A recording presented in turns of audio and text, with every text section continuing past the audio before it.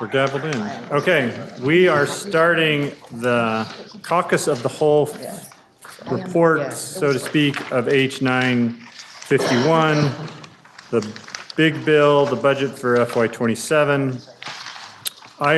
During this part is in the caucus of the whole, so that if there's more informal questions, and JFO staff is out there, but they'll probably be in here. So if we need them, it's easier then, so we don't have to recess several times during questions. But my goal here is just to give explanation kind of the budget process and then go over all these handouts you have, just so you can orient it to them. Maybe I'll give you a few examples, but then the committee as a whole, all 7 committee members will talk about their budget sections and give you examples from these spreadsheets. So overall, the Appropriations Committee tried to create a budget that was balanced 4 ways. You've heard of the analogy of trying to have the 3-legged stool. You have all 3-legged. All 3 legs have to be in balance for the stool to work. Well, this is a stool with 4 legs, or some people call it a chair, or maybe a table. So, but we have 4 main principles that I think that we're trying to stay within. One is it's a balanced budget. We had to stay within the means. What revenue did we have available to us? That's kind of a given, but an important part of the leg of this chair. 2 is meeting the needs of Vermonters. These are basic needs: food, housing, healthcare, clean environment, and the functioning of basic government, including public safety. And we need a functioning government, so we're funding the basics of all state employees and the basic workings of our government. 3, the third leg is saving money for an uncertain future. So this is our reserves, our set-asides, our contingencies, and also, importantly, taking care of our future pension obligations, which in the past years, this is a leg of the chair that wasn't there or was cut short. And so we're making sure that we're meeting those obligations so that we can have a more secure future. And then the 4th leg, which I think the Senate spent a little more time on than the House, is investing in our future with economic development and making sure that we're not getting into kind of a poverty mentality and just battening down the hatches, that we have to, at the same time that we're meeting the basic needs, that we're investing in the future, that we need to have a vibrant economy so that we will have budget dollars to meet future needs, and that we can do so with taxes that Vermonters can afford. And it's a tough process at times. Tough decisions had to be made. And honestly, there are some decisions that I did not like making, but that's the job. We had tens of millions of dollars in asks above the money that is appropriated in this budget. If you include all the money that was asked from the public hearing, it was close to 200 million of asks above what we could fund. And these include asks in bills that were passed, like House bills and Senate bills, as we were working on the budget. So overview on I just thought it would be good to remind folks how the budget is created. Back in the fall, I think they start in December or September, the governor's finance and management office starts working with all the agencies on the budget. So they basically have 4 months. They work on presenting a budget. They have it done end of December into January and present in January. The House started taking testimony on the budget. They met even in December, and then earnest when the governor presented the budget on January 20th. So they didn't pass it to us until March 27th. So they had it for 9 weeks. We had it for 3 weeks until we passed it. So it's just I mentioned that just to give you context of how much we rely on all the work of the governor and the governor's budget staff and the House and all the work that they do. They have much more time and kind of people to work on it. And then also the staff that are helping the governor's budget, the House's budget, and ours is really important. So I'm going to go through these different handouts. I'm going to first go over this one, which is the highlight document created by JFO that we've looked at. So in the top, it gives you both of the tables on here give you the sense of the money that we're working with. If you look at this table, the first column at the top is the general fund. if you did the math there, that you'd see that we're at 2.36% additional funds than from last year. And if you go all the way to the right end of the column, that 178 million changes, that's only 1.9% difference than last year. So it's not a huge increase from prior about the money that we had to work with, but we're lucky to have more money than we had last year to work with. And if you look at the other table below the table on the top, the general fund budget construct, at the bottom you'll see this is in millions. So this is $70,000 is the unallocated surplus. So there's a tiny bit of money we left as sort of a cushion at the bottom. And this budget does not include any money for the legislature if we stay past May 15th, which was the date we budgeted for. So we will need some extra money if we stay longer. So the first page is just the budget context and the general overview. You'll notice on page 2, these are the budget increases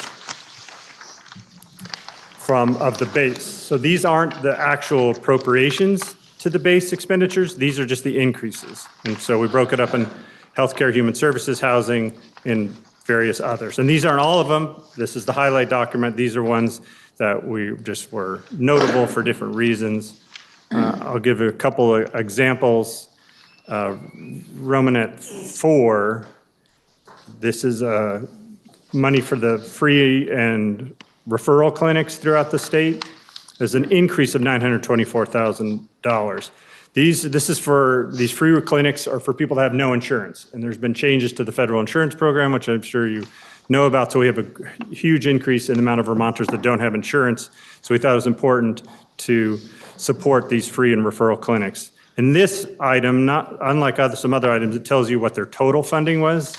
So last year they were 1.6 million. We gave them this 924 increase for a total of 2.5 million. You don't always see that, but so it's just important to remember that these are the increases to their base. So once it's in the base, it just gets built in every year after that. Down in the other column, I think it's important to mention some things that we added that the House didn't have. So in number 5 below is for the early childhood licensure program, and S206, if that bill was to pass, these are positions in SOS to operate that program. The bill hadn't passed when the House did their budget, so they didn't have to think about funding some of those things. A couple other items that aren't on here that we had to do that the House didn't have is we had a request from the Sergeant at Arms for the increased security for the single point of entry. That was $60,000. Another item that we did, that the House did, that I thought we'd mention in here is relief for dairy farmers from the high fees that some large and medium dairy farms had. We reduced those fees to reduce the economic pressure that the dairy industry was having. That was $253,000. So on page 3 is the highlights of the one-time appropriations. So the base is just that. It's just a kind of the base budget of different expenditures in parts of government. And the one-times are just that. This is using money that we don't think we can't count on having again next year. And I'll talk about what those numbers are, but this is just a highlight of things that we funded with some of that one-time property. Some items that were not in the House under other, number 5, the $300,000 for non-emergency medical transport. The 1.5, we added 1.5 million. This is Ruminant 8 for we did another 1.5 million for AOE for education transformation initiatives. We added, this is not in here, but a couple other highlights that we did that the House didn't do is some money to open new adult daycare centers. There's S243, the Language Justice Project, that the House didn't have that bill, so we had $150,000 for that project. So that's the highlight sheet. That just is giving you some examples of the kind of work we do. So the next one is the base sheet. So we start, this is this sheet that has kind of some orange at the top. Or I guess on the teal, page 1 has teal, or aquamarine on the top. At the top, it says. Tiny, tiny, tiny type at the top. Yep, you need your reading glasses. It's appropriations and transfers is the top. So that's kind of gives us the sense of the money we have to work with the budget. So the first line is just if all the government agencies basically get what they got last year plus a little inflation, the governor set a 3% target for all parts of government, and most of them were there under, a couple had to go over, but for special circumstances. But basically, that's the 2.3 billion that you see on line 1. And then there's some other additions, transfers, then you get kind of what the base budget is when we're starting, this $2.5 billion. And then everything below that are the changes, the changes that the House made, the changes that the governor proposed, the changes that the House made, the difference between the House and the governor, what the Senate Appropriations Amendment does, and then the difference of the Senate appropriations from the House. And then in the far right column are notes that just give you a little more context. They're color coded.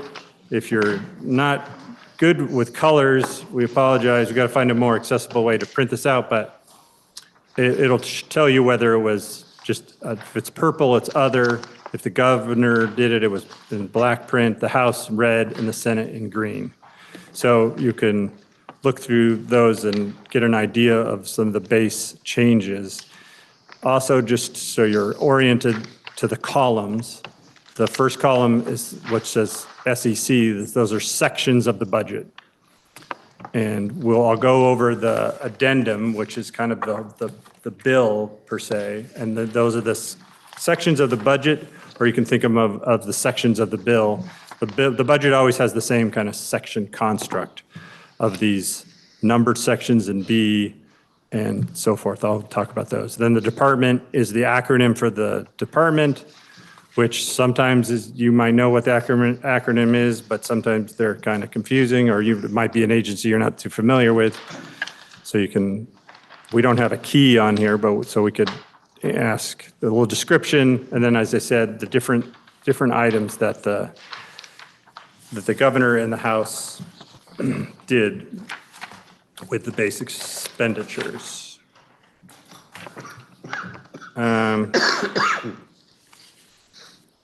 So the overall, the budget is lower than the House's expenditure by just $700,000 and 6.5 more than the governor proposed. If you go down to the bottom, line 102, the second side, you'll see the balance used to cover one-time appropriations. So there's that in the Senate column, $28 million. So after the base expenditures, we had $28 million that we could spend on one-time expenditures. That's kind of money left over. You could see the difference between the House. Sometimes the difference is shown on this line, the difference, but it's, you can do the math. We had a little bit more money that we moved to one times than the House, a little less than we moved from the governor.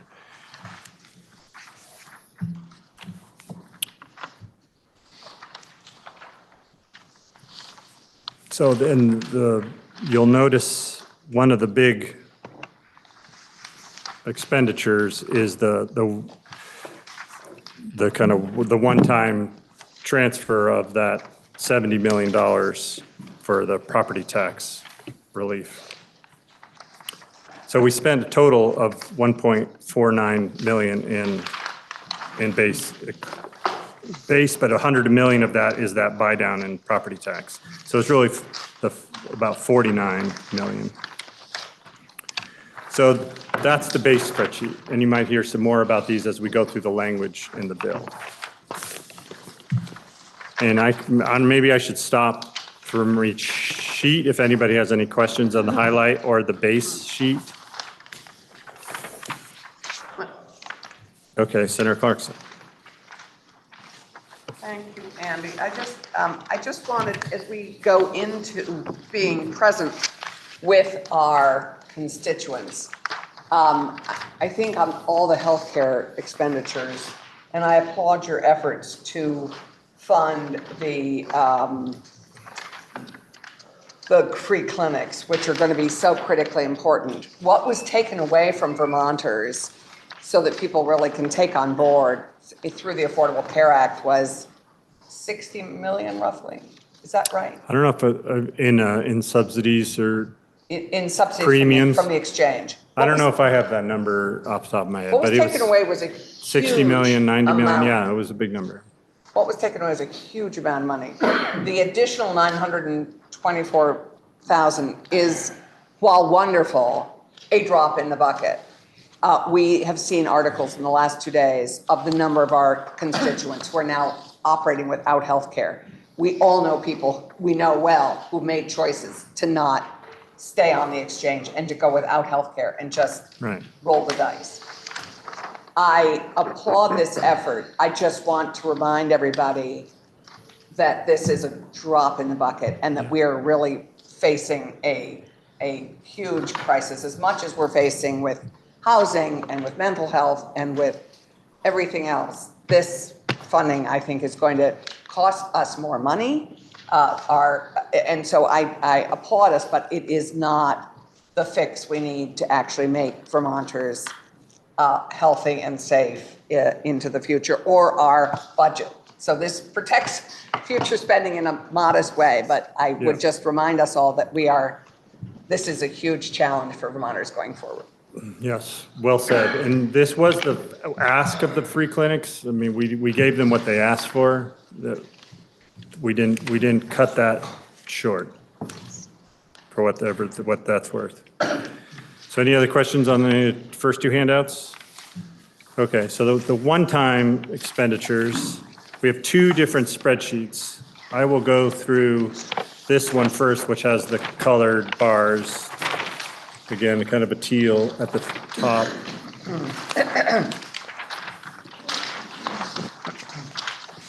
This is all the one-time expenditures of general funds.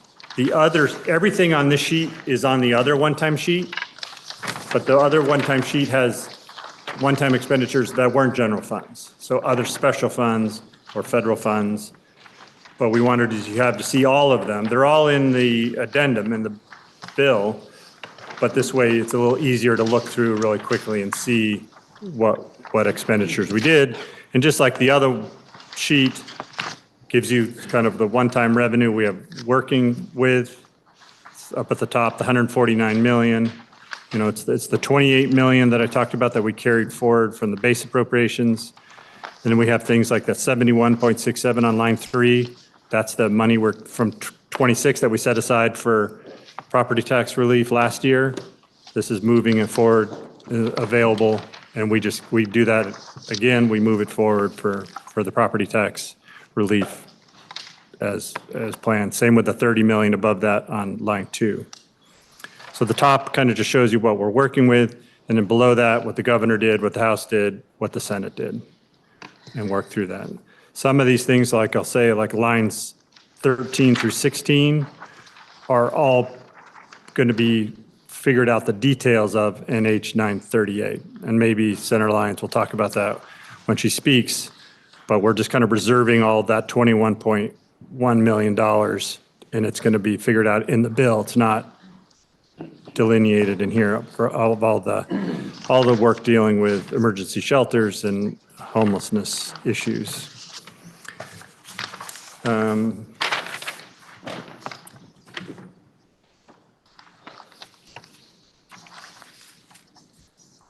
Yeah, the biggest one time is that movement of the 71.6 million carried forward. Luckily we had a good FY26, so we had that money to carry forward. I don't know if we're going to have that next year, and that's some of the work that we did was like, we're not expecting that much of a carry forward from this fiscal year into 27. So yeah, this was carried forward from FY25 into the current year, FY26. Then there's the 24 from the base sheet, then all the differences. So the total differences from the governor is we spent 11.4 million more than the governor and 7.4 than the House. The biggest chunks of though are the $4 million that we did, that the finance committee did for the renter credit. That's a big chunk of that money. We had some economic development appropriations that the governor and the House didn't have. That adds to that. And we asked the 1.5 million for the education transformation, additional money. So that's a few big chunks equal that 7 million and 11 million more than the governor are really can be pointed to just a few larger one-time appropriations. And then a lot of these are the tough decisions where it's in the big picture, not a lot of money, but very important programs, all needing money, all gave very good arguments about why they were essential, but we couldn't fund them all. So that is the example of the kind of, you'll see what decisions we made. And like I said, they were all difficult decisions that we didn't always enjoy making. So that's the one-time sheets. Is there any question about the one-time sheets? I've got a question, Mr. President. Yes, Senator from Washington. Line 89, Education Fund for Property Tax Relief. I see we got the buy-down money in there. Is that all being spent this year in the Senate proposal? Yes, and that's in the yield bill, which is different than the House, with the yield bill coming out of the House, split it for 2 years. That's right. And so we appropriate all in 1 year here, and then the yield bill language has it all going in 1 year. Thank you. So buy it down to the 3-point-something percent. 3.8? 3.8, by using all of it. Yes. Do you have a question? I have a couple. On line 23, the legal aid helpline, was that a Sorry, position? which page you want, Tanya? The first page, line 23. The first, Those, Yes, legal aid helpline. it looks like we did not concur. Oh, wait. Yes. Yes, we did not concur with the House addition. I'm curious what the addition was for. I think it was, I can't remember if it was a specific position or just the $60,000. And then, but it would, with global commitment would be 100,000, or maybe it's 160,000 total. There could have been a position in there. I don't remember. Does DFO remember? Not a position, or you don't remember? No, they did hire, there is an attorney in addition to this, but the helpline is different. Yeah, and this attorney, this 200,000 on line 24. So I think it was, maybe it was contract work. I can't remember exactly. So we I could, think there's some reduction in the need as a result of the Medicare Advantage crisis that occurred, and now I think it's subsiding, but we can check that. we did get several asks from legal aid, and this was one that we could fund. Okay, well, and the reason I ask is because I know legal aid has been doing a lot of housing support work. Yeah. And I know that the need for that is only increasing. Yeah. And so I'm just curious what that helpline is for. My next question is about the reduction to Meals on Wheels. With the increase in food insecurity, what is the reasoning behind not feeding seniors and people with disabilities? what Yeah. line is that? That is line 25. And you will see a similar reduction from the House position on many of the food programs. But you'll see an increase to line 22 for local food shelves. So the $700,000 on line 22 for local food shelves was taken from the Meals on Wheels program, some of the food bank programs like Crop Cash and other programs like that. They all got reduced by the amounts that you'll see, but it all went to line 22. That's $700,000. That $700,000 is going to be sent out to local food shelves. And I have a list of all the food shelves in here. I think it was 123 food shelves. And I could show you the list if you want to see exactly which ones they are. But basically the idea was that the food shelves are kind of the local food shelves and are the kind of first line of defense for hunger. That's where people will first show up, especially if there's somebody that isn't like part of SNAP or part of a, ongoing food needs. If they find themselves in crisis, they'll go to their local food shelf. So we wanted to support those with more direct food. They're, I think, all volunteer run. I don't know if there's any that have staff. I was told they're all volunteer run. So it goes directly to food aid to those local food shelves. So that was the decision we made. But we in the past have increased Meals on Wheels, but we wanted to support the local food shelves, so we took it from the other food program. Okay, I appreciate that. My concern with that is that Meals on Wheels serves people who may not be able to get to their local food shelf due to disability or their age, and most local food shelves are no longer delivering, so I'm worried that we may be leaving people hungry who can't get to their local food shelf. Yeah, that's important. And just for context, there is a base appropriations of 2.3 million, you'll see in the note there. So Meals on Wheels will get their base appropriation. This was an increase, so they will get an increase of 380,000 in the Senate construct on top of the 2.3 million. So they are getting so we're not reducing their funding from last year. We're maybe not meeting the need. I think your point is well taken, but that was one of the trade-offs we made. Okay, and do those changes to the food programs leave any federal match dollars on the table? Because I know we get federal match dollars for crop cash. I believe we do for Meals on Wheels. Yeah. I just want to make sure we're drawing down every federal penny we can. There is some global commitment, federal dollars that are not drawn down when you reduce some of those programs. Okay. I think that may be my last question for now. Okay, and then if you have other questions after this, obviously you can ask them while we're in session on the floor. Andy? Okay. Can I ask a question? Senator Hardy. Okay. I have a couple of questions. One is on this line 13, the reduction, or you not agreeing with the House on a position for the Ethics Commission. Oh, I think you, Is that on this line? what page? on sorry, I might be on a different spreadsheet. On the one that has orange on it. Okay, that's the base. Line 13. The I was base, trying to find the it. base. That's the base funding Yeah. reduction. You did not agreeing with the increase that the House gave them for a position to do the municipal work. And I think you described that in another thing, context, that you just didn't give them the extra work. But that was a bill we passed 2 years ago. Yes. We gave them that work 2 years ago and never funded it. Right. And so, it's the law that they're supposed to be implementing, and they're not getting the position to do it. Yes, and I think they asked for 3 positions to do the work that we asked them to do under that act. And the House gave them 1, and you're taking it away, or? That is accurate. The House gave them 1. The House also gave them more work.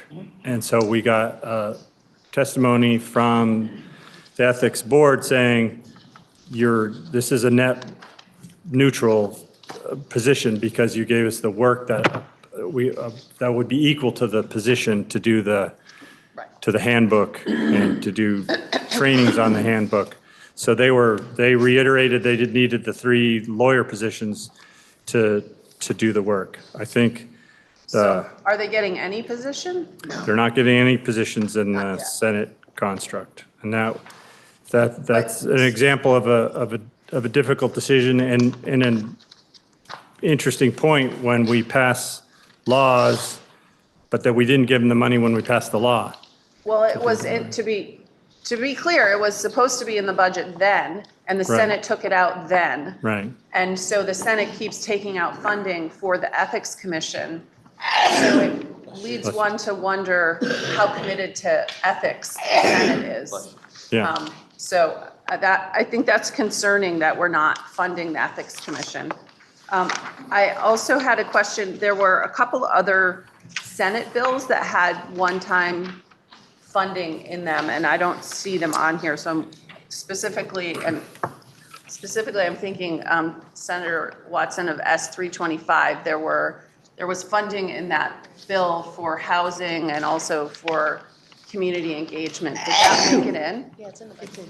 It is in here? Okay. Yeah, And that, thank you. And then I was wondering what happens, I know that there are some things that are put on a contingency line, and one of those is funding for the Farm and Forestry Security Fund, and I don't see it in these spreadsheets, so I'm wondering how that works. yeah, I was going to mention that when we go over the addendum. It's there, that's one of Okay. the sections I'll mention. But it works as if there's money at the end of this fiscal year, it says these are the things that will be funded in order with that extra money.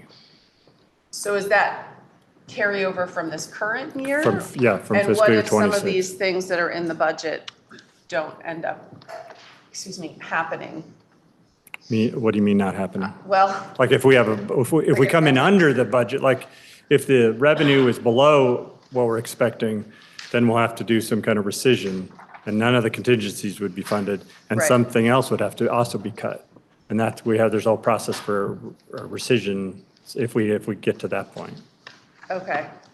But there isn't like a rescission list, like I think the governor proposes a rescission plan to the E-board. Okay, and on the contingency list, if there's an amount listed, but there's not, so I know that I think $1 million is listed for that fund, but if there's only 100,000, would it get 100,000 if it gets down to that? Yes, it's second on the contingent list. The first thing on the contingent list is 4-point-something million for the tech mod fund that we took some money for some one-times, that the governor's office really wanted us to try to put the money back into that. They need it for the ERP projects, big computer project the state is working on.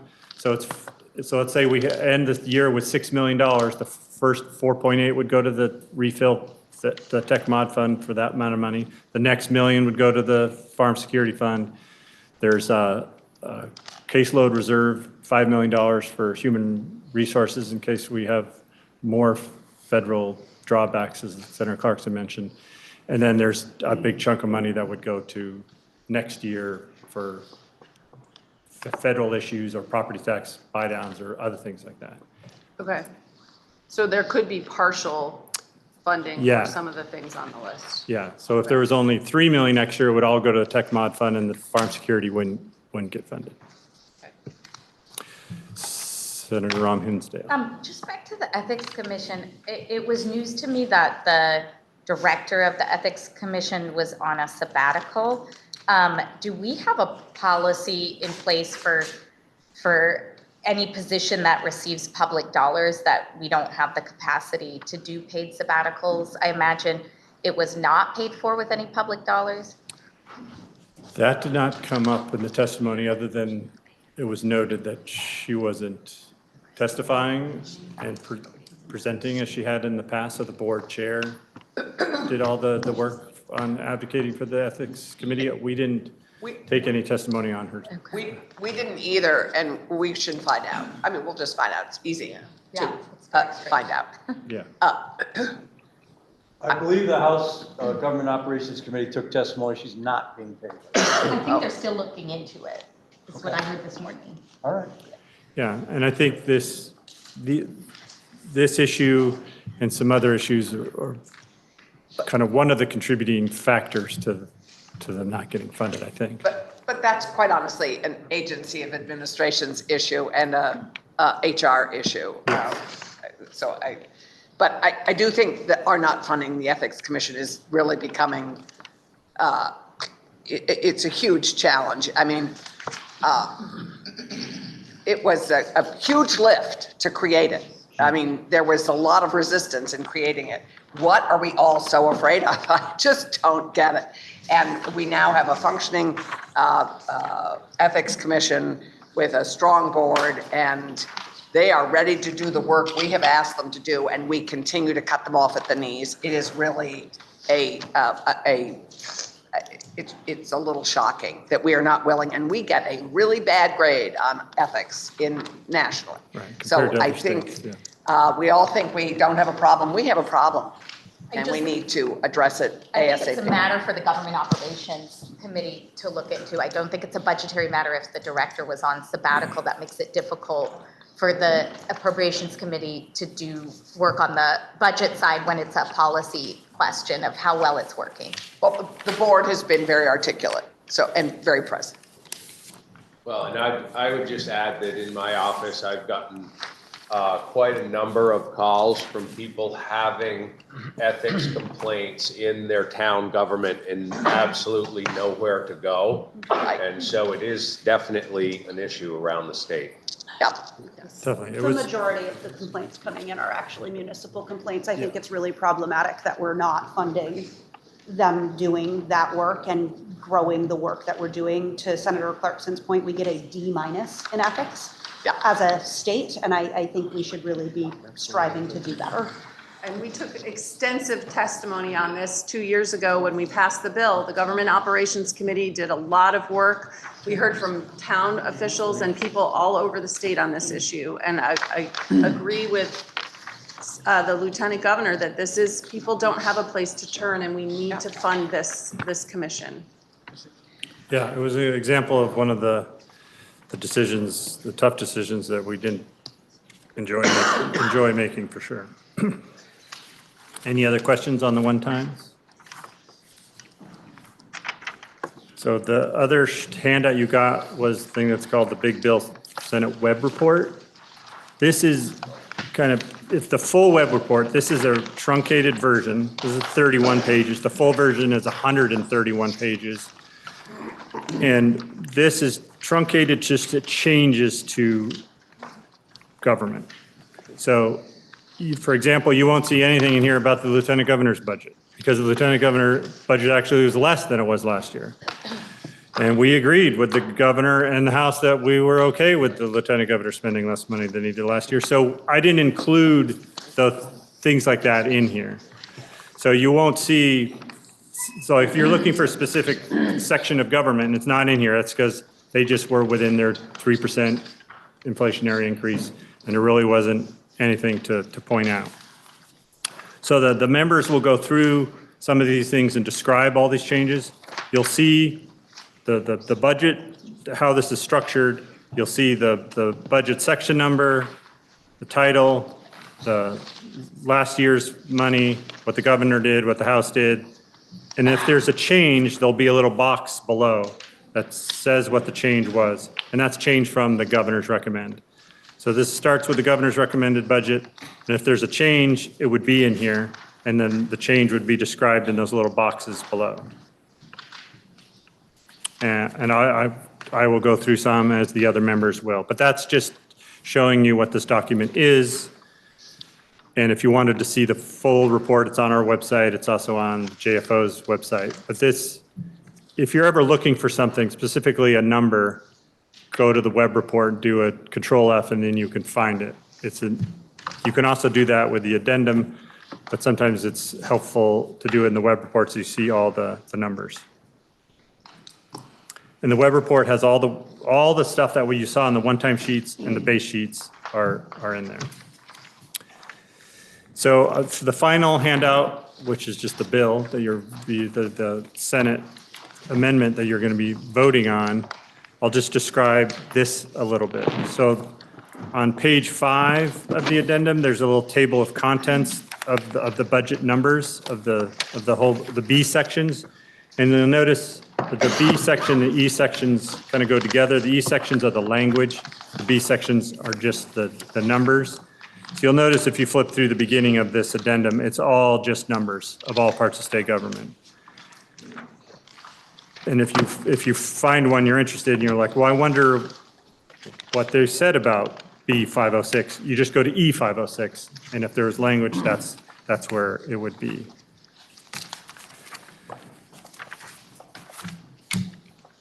So section B is all the base appropriations below the number 1,100. And then when you get above 1,100, that's all the one-time appropriations. So sometimes we talk about the 1,100 one-time appropriations. Section 101, which is on page 61, that's the contingency list that Senator Hardy was asking about. That's section B 1101. And that shows you the numbers and the wording of the contingency list.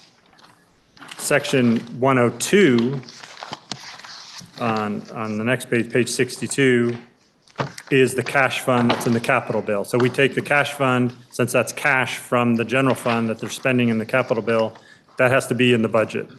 So section 102 is the 23.4 million of the cash fund.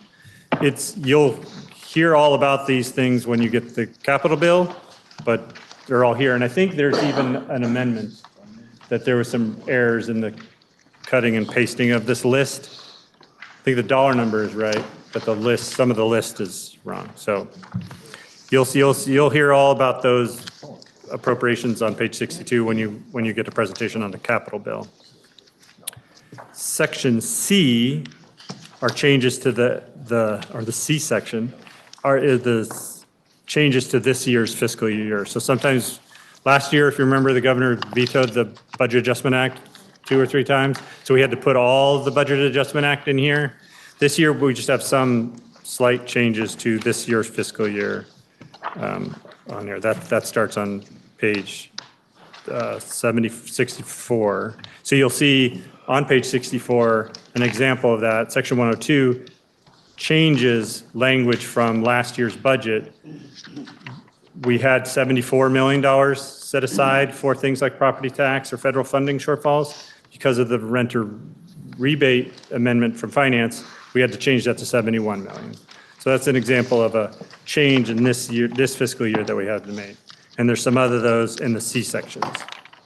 Section D is transfers and reversions. This includes education transformation language when we added the 1.5 million for ed transformation. That's what the D section is. It's just any transfers or reversions in the budget. And section E is all the language section. As I said, it matches up with the B language, the B numbers, if you're looking at it that way. That starts on page 75. The section E. So if you go to page 75, the first E section is positions. And it just runs through, because often when we make appropriation, you'll need specific language. The money is going to go to this agency, and they have to do it by this year, and they need to do a report.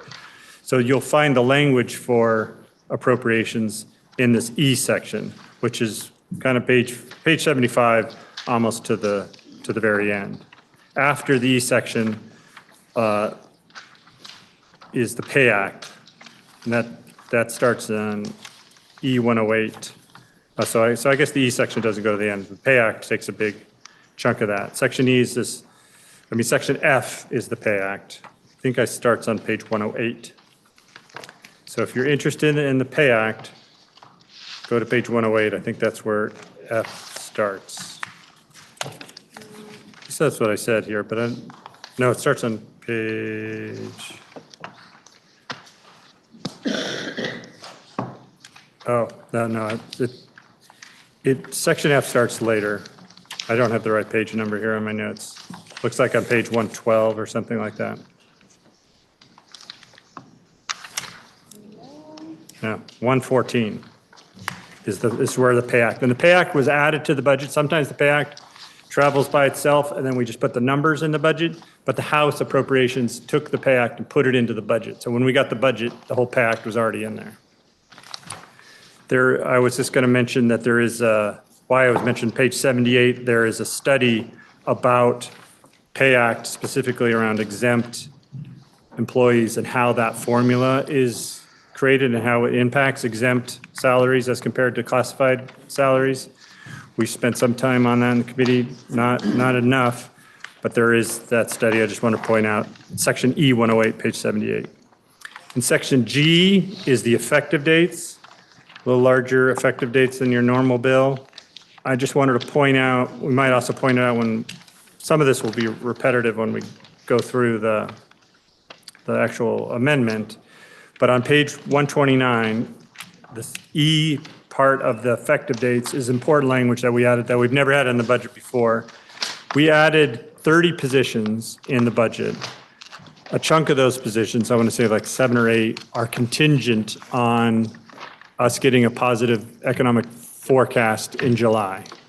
Because we were concerned about adding positions, and then if there was a need for rescission, we didn't want to hire people, then tell them like, oh, just kidding, you're now laid off because we don't have the money.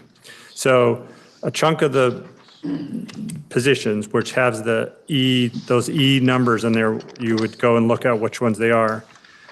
But there's a construct here that says those positions, the E100, E111, all those positions will only take effect if there isn't a reduction of 1% or more from the consensus forecast at the end of July, or if there is a reduction of 1% that the fiscal committee says, even with that reduction, we think it's important to keep those jobs. So the fiscal committee, if the reduction is more than 1%, joint fiscal committee would have to meet at their July or September meeting and say, we're going to fund those positions anyway. So that was a new thing that we did that I don't think we've done before, and that kind of goes to one of those legs I talked about of having a stable chair, is that we're protecting ourselves from kind of an unknown future and feeling a little uncertain about the economic situation that we're going to have next fiscal year. So those are all the handouts. That was what I was going to go over in the caucus of the whole. I have the question, Senator Chittenden. So my question is, and I don't see a change in here, but I'm 99% sure this is an appropriations question that does intersect with aspects of this budget. The Vermont League of Cities and Towns is making a pretty eloquent case that as we're seeing more and more revenues going into the, from the local options taxes, from towns opting in at a higher rate since we made it easier for them, and with the Wayfair decision, when they're collecting these revenues, even in small towns with just deliveries, that these surpluses, similar to what we did in previous years, I think it was as recent as last year, they're asking for the allocation from the pilot fund to going back to the communities to be shifted from 75% and 25% to 80 and 20. Yep. I'm curious if your Senate Appropriations Committee took any testimony, considered that, and also what are we doing with the monies in excess of the pilot fund? And if you said that while I was out of the room, my apologies. But any comments on I this waited would till be you helpful. left. We did talk a lot about the pilot funds. I don't think we had the league in to talk about it, but we heard they did make that pitch last year when we went to 70 to 75. They wanted to go to 70 to 80%. Basically, if what we heard in going over the pilot fund spreadsheets, tables, if you do that, then we would run out the surplus. So right now there is like a $10 million surplus. The transportation fund moves 3 million of that to local roads, and it has a construct if there's more surplus in future years, some of that goes to local roads. If you get to 80%, joint fiscals projections are in a few years you wouldn't have a surplus, and then you would run low. But we don't know. There's the argument that the league makes is like no more towns are doing it. There's going to be more money. The surplus is going to grow. At least my take was, well, let's wait till that happens. We don't want to promise the money, run the surplus down, and get to a point where we were, before I was here in the Senate, where we weren't making the full pilot payments to the towns that have state property because we didn't have enough in the pilot fund. So I think we kind of wanted to have that discussion when the pilot fund was more stable. I think in the future, if the surplus starts to grow, then I think it's a stronger argument. Right now, the surplus is set to shrink, even at the 75. So if we move to 80, it would shrink faster. The argument is that it would grow with more towns doing local option taxes, but until that happens, several towns tried to do it and the voters said no. So we'd rather wait to see it growing before we make that change. At least that was what decision I made. There wasn't really a decision point to be made on it, but that basically is my position. Yes. I'm back on this. The highlight sheet? Yes. Yeah. And I'm on page 2 in the other section. Romanet 3. Romanettes, yeah. Aren't you glad I added Romanettes? I'm so glad. I had to force JFO to do that. They wanted bullet points. I said, I want Romanettes. There's some evidence that the Vermont State Colleges have been adding administrative positions while potentially cutting some teaching staff and with either steady or declining enrollment. And I'm just wondering, the 3% increase, do you give any, do you dictate where that money goes or provide any guidance? We do not. This is just a flat 3% to their appropriation. And I thought an earlier version, we had what their total was. Does anybody at JFO remember what the totals was? Because sometimes it's helpful because maybe I just added the dollar. Before it said 3%, I added the 4.11, so you could do the math. But the basic answer is no. We could, like it would be within our jurisdiction, but this is just saying, here's an inflationary adjustment to your base appropriation from the state. Andy, it's on Yeah, the line number, the 3% actually, 67. what line is it? On the orange? 67 on the orange. 6.7? Yeah.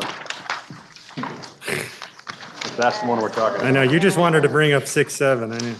Yeah, so, yeah, so the 67, 68, 69, all showed the 3% increase. It doesn't tell you what the total is, but it shows you, so that, on the other highlight sheet is the total of those three. But you can see UVM is 1.72 million. May I follow up a question on that? Yeah. Just generally, our objective over the last, I don't know, 6 years, more than that, is to help our Vermont State University survive and flourish. Where are we on that financial bailout? And is this 3% the only, what additionally are we spending on the Vermont State University to keep the foundation solid? Yeah, we did. I'm not asking the right question, but you know what I'm asking. Yeah, we did a big transformation plan a few years ago, and I think it was a 3-year, 5-year 3 plan. years at 25 million or something? $5 million a year for 5 years. So last year was the last year of that plan. So they got their last $5 million bump. We'll be last- updating from Okay, there. great, thank you, because I think we have to look at all these pieces that were in context of Yeah.